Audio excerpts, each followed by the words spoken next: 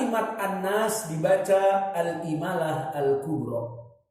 Maka semua yang di Al-Quran ya ayuhan nasu budu, ya ayuhan nas budu, atau ya ayuhan nas i'budu rabbakum, seperti itu. Tidak di An-Nas saja. Maka inilah dari perbedaan di akhir.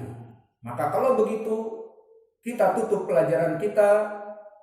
Namun sebelumnya ada yang perlu disampaikan. Qiraah Abi Amr apakah telah kita berikan terjemahnya?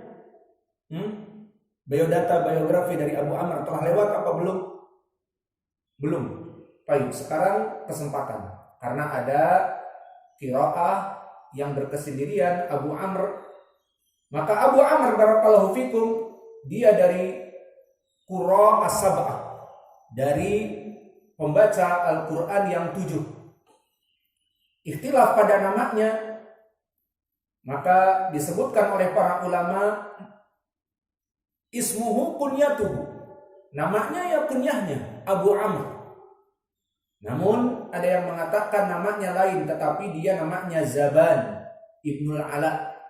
Kesimpulannya, ima dia namanya Zaban Ibnul Ala atau Abu Amr Ibnul Ala, maka dia Al-Basri, Imam Al-Basrah wa muqri'uha, dan ahlul qiraahnya.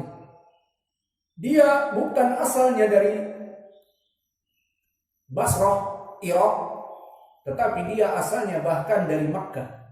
Dia dilahirkan di Makkah tahun 68 Hijriah. Berarti dekat zamannya dengan Nabi. Maka nanti sanadnya dekat. Sanad dari Abu Amr Al-Basri qarib ila Nabi, dekat kepada Nabi. Maka dia dilahirkan pada khilafah Abdul Malik ibni Marwan, dan dia hijrah, intaqala wa haraba min Makkah ma'a abihi fi ayamil Hajjaj. Di zaman khilafah Abdul Malik ibni Marwan, maka dia pindah ke Kufah.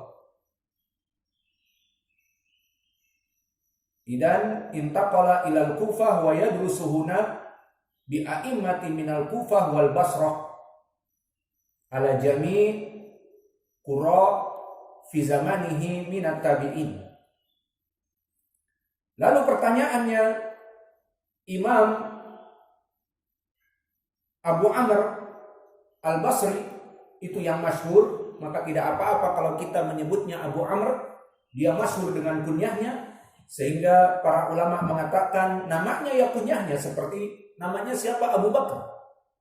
Itu di Arab, terutama di tempat-tempat khusus, Abu Bakar adalah nama dan kunyah. Namanya siapa? Abu Bakar. Kunyahnya Abu Ahmad. Namanya Abu Bakar. Memang sudah tanggung seperti itu. Namanya Abu Bakar, kecintaan kepada Abu Bakar. Dinamai bapak anaknya Abu Bakar. Padahal Abu Bakar namanya siapa? Abdullah ibnu Quhafah.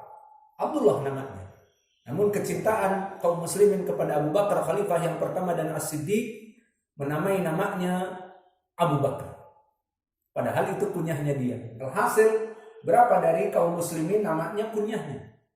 Wa kadzalika Abu Amr Al-Basri dikatakan oleh para ahli tarikh namanya Abu Amr. Ya sudah, sekarang masyhur dengan Abu Amr Al-Basri, Imam Muqri. Baqiya soal ma manzilatuhu fi ilmil hadis. Bagaimana kedudukan beliau di ilmil hadis? Dan ini penting. Selain dia qura, imam di dalam permasalahan qiraah, namun hadisnya mahaluh. Seperti qiraah yang antum hafal, hafaz an Asim, maka Asim ibnu Bahdalah, mahaluh qiraahnya saduq, hasanul hadis, tidak mencapai thiqah. Lalu di sini bagaimana dengan dengan Abu Amr di ilmu hadis? Maka Abu Amr meriwayatkan hadis-hadisnya dari para tabi'in kibar, bahkan dari sahabat yang muda terutama, seperti dari Anas bin Malik, dia riwayatkan hadis dari Anas, dan juga dari para tabi'i kabir Yahya ibnu Ya'mur, dan juga Ja'far ibnu Muhammad As-Sadiq dari Ahlul Bait, dan juga dari Mujahid ibnu Jabr, dan dari Abi Saleh As-Samman Dakwan yang merupakan murid dari Abi Hurairah, dan juga dari Atha ibnu Abi Rabah, dan juga dari Az-Zuhri ibnu Syihab dan Al-Hasan Al-Basri. Maka dia di sini banyak periwayatannya dari para tabi'i shagir dan mutawassit. Maka mahalu telah disebutkan oleh para ulama ahli hadis, dia haluhu qala Yahya ibnu Ma'in thiqah, maka dia rawi yang thiqah, hadisnya sahih lidati. Berkata Abu Hatim laisa bihi ba's, dan berkata Abu Amr Asy-Syaibani ma ra'aitu mithla Abi Amr. Dan Imam Abu Daud meriwayatkan hadis dari Qari ini, dan sanad dari Imam Abu Amr disebutkan oleh para ulama sanadnya paling banyak. Bukan maknanya paling banyak di sini dia sanadnya nazil, jauh dari Nabi, tidak, dekat. Namun guru-gurunya sangat banyak. Maka gurunya Imam Abu Amr sangat banyak. Dan di sini kita kalau menyebutkannya akan selesai mungkin duhur. Namun kita ringkas karena pembahasan kita qiraah asyarah yang sughra. Maka riwayatan dari Abu Amr Ibn al-Ala kita ambil dari yang paling dekat. Dia meriwayatkan tulis dari Sa'id ibnu Jubair, dan juga dari Ikrimah Maula Ibni Abbas, dan juga dari Atha ibnu Abi Rabah. Maka dari mereka bertiga, siapa tadi? Sa'id ibnu Jubair, Ikrimah Maula Ibni Abbas, dan Atha ibnu Abi Rabah, yang ketiganya masyhur, sering kalian dengar di ilmu hadis. Ketiganya meriwayatkan dari Abdullah ibni Abbas radhiyallahu anhu. Dan dari Ibnu Abbas, ma'ruf Ibnu Abbas sahabi shaghir. Dia mengambil Al-Qur'an tidak langsung dari Nabi, meskipun dia ahlu tafsir dan ahlul Quran. Karena masih ada para senior, para sahabat, lalu mengambil Ibnu Abbas dari Ubay ibnu Ka'ab. Maka dari Ubay ibnu Ka'ab barulah dia Ubay mendengar dari Nabi. Maka dari ini saja, jalan yang pertama ini. Masih banyak jalan yang lain. Bagaimana sanadnya? Sudah ditulis. Bagaimana periwayatan Imam Abu Amr Al-Basri meriwayatkan dari tiga tabi'i yang masyhur. Ikrimah Maula Ibni Abbas, Atha ibnu Abi Rabah, Sa'id ibnu Jubair. Sa'id ibnu Jubair ma'ruf muridnya Ibni Abbas, dan Atha, dan juga Ikrimah. Ketiganya murid dari Ibni Abbas.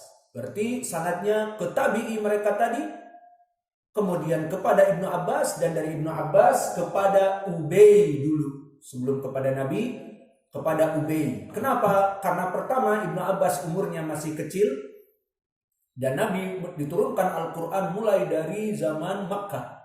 Diturunkan Al-Quran.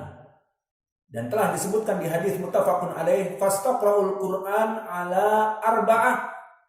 Ambillah Quran dariku dari 4 orang. Siapa di antaranya? Orang-orang terkemuka terdahulu. Ubay ibnu Ka'ab, dari Abdullah ibn Mas'ud. Orang-orang terdahulu. Maka syahidnya Ubay ibnu Ka'ab, dia gurunya Abdullah ibnu Abbas. Jadi Ibnu Abbas tidak langsung mengambil dari Nabi, dari ilmu qiraah, tapi dari Ubay qurra'nya, yang meriwayatkan hadis sering kita ulang dari Imam Ahmad yang disahihkan oleh Syekh kami Muqbil Al-Wadi'i, bahwa Al-Quran diturunkan ala sab'a ahrufin, dan bertanya Ubay, "Atsaniyah, apakah sekarang qiraah yang kedua?"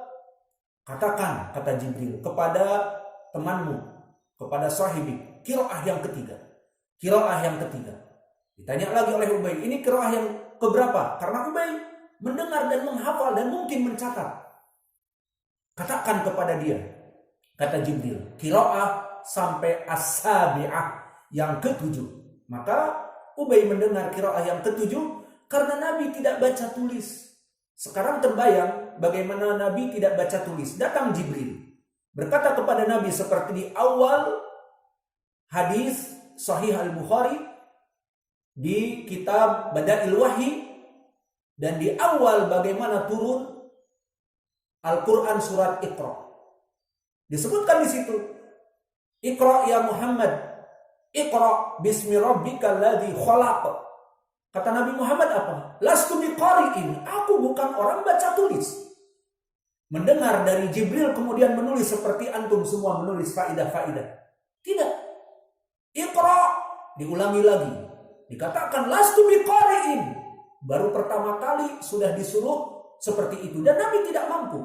Kesimpulannya, para sahabat di saat turun wahyu, maka Nabi membaca dari hatinya, dari maksudnya hafalannya. Maka dia menghafal, tidak bisa menulis. Bagaimana mengejawantahkan hafalannya? Seperti antum sekarang mendengar dari saya. Langsung ditulis, iya apa tidak? Seperti tadi, sanadnya kepada tiga tabi'i. Ikrimah, Sa'id bin Jubair, atau bin Abi Rabah dari sanad Abu Amr. Iya apa tidak saya sebutkan? Lalu antum tulis apa tidak? Iya, karena antum baca tulis. Nabi Muhammad tidak baca tulis. Lalu bagaimana? Dohirnya Ubay yang mendengar dan menulis. Itulah kenapa di hadis disebutkan as-sabi'ah, qiraah yang ketujuh, na'am, atau qiraah yang kedua atau ketiga dan seterusnya. Maka inilah sanad dari Abu Amr kepada tiga tabi'in, dan semuanya kembali kepada Ibnu Abbas, dan Ibnu Abbas kembali kepada Ubay, dan Ubay kepada Nabi. Dan juga di sana banyak jalan yang lain. Atau kita cukupkan, nanti ada yang protes. Sudah hampir 1 jam, belum? Kayaknya 10 menit kita baru belajar ya. Maka inilah dari qiraah riwayat Abu Amr, dan Abu Amr mempunyai 2 murid. Maka lebih baik kita selesaikan besok dari 2 muridnya yang masyhur dan antum telah mengetahuinya pula. Namun masih ada beberapa riwayat yang didengar selain dari jalan Ibnu Abbas. Ini yang ingin saya berikan, namun tidak cukup waktu. Wa naktafi lahuna wa jazakumullahu khairan wa barakallahu fi ilmikum. Maka selesai dari ayat yang pertama dari perbedaan qiraat padanya.